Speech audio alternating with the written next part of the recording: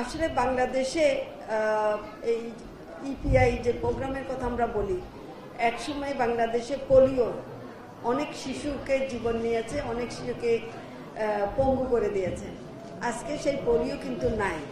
এই কৃতিত্বের দাবিদার আমাদের যারা এই কাজে নিয়োজিত ছিলেন এবং যারা নিয়োজিত আছেন সবারই, এবং মিডিয়া যারা আছেন, আমাদের যারা উন্নয়ন সহযোগী আছেন, বাংলাদেশ সরকার সবারই এই কৃতিত্বের দাবিদার।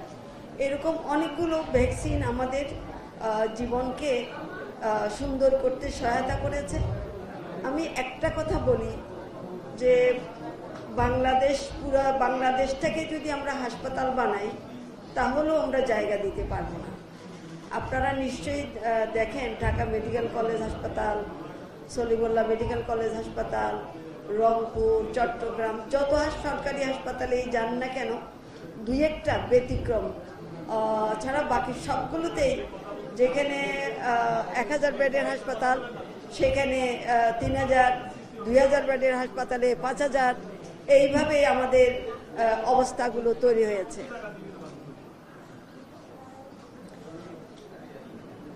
অর্থাৎ উপচে পড়া ভিড়, এতে না পারি আমরা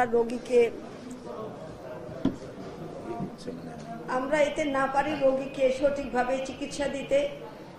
আমাদের চিকিৎসার ক্ষেত্রে তেমন কোনো খামতি নেই, কিন্তু এই উপচে পড়া ভিড় এইটাকে আমরা সামাল দিতে পারি না, ম্যানেজ করতে পারছি না।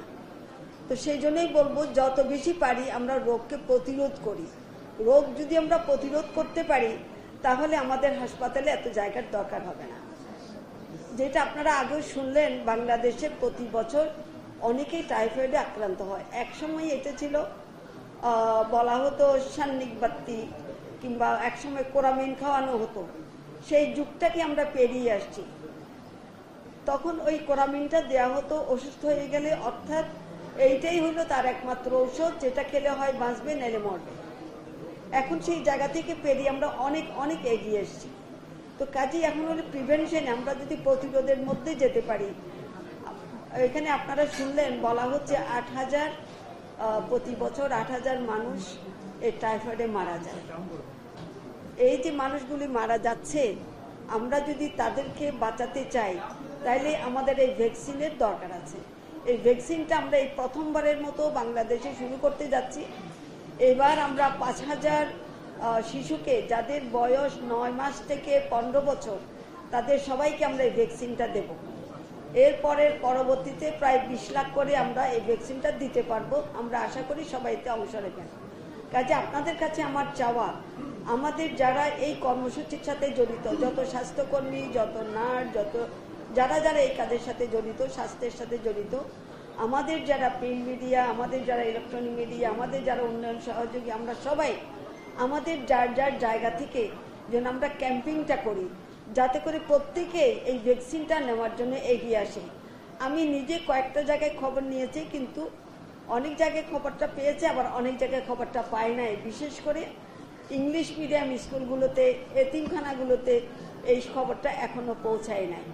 আমি আপনাদেরকে অনুরোধ করব, সকল স্কুল যাদের যেখানে 9 মাস থেকে ঘরের বাচ্চা, তাদের জন্য আলাদা করে দেওয়া হবে। এখন যেটা দেওয়া হচ্ছে স্কুলের বাচ্চাদেরকে দেওয়া হচ্ছে, মাদ্রাসার বাচ্চাকে দেওয়া হবে, এতিমখানার বাচ্চাকে দেওয়া হবে।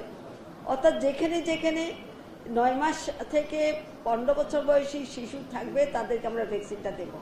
কাজে আপনাদেরকে আমি সহযোগিতা চাই।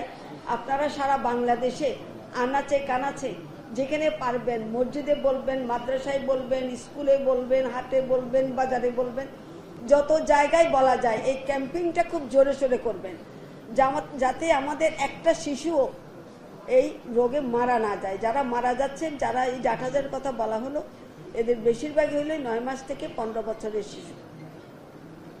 কাজে এটাকে আমরা প্রতিরোধ করতে চাই। এটা আপনাদের সহযোগিতায়, আল্লাহ রহমত করলে আমরা ইনশাল্লাহ এটা অ্যাচিভ করতে পারবো। তো এই ব্যাপারে আমার আপনাদের সহযোগিতা চাচ্ছি।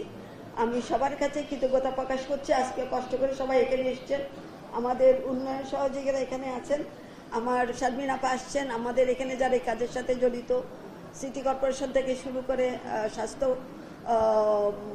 অধিদপ্তর, স্বাস্থ্য সিভিল সার্জন এবং আরও যারা যারা এখানে আসছেন সবাইকে এই কাজে মনোনিবেশ করে সবার কাছে আমি আশা করবো যে আমরা এই কাজটা করবো এবং সবাইকে আমি ধন্যবাদ জানাচ্ছি। সবাই ভালো থাকবেন। আসসালামু আলাইকুম।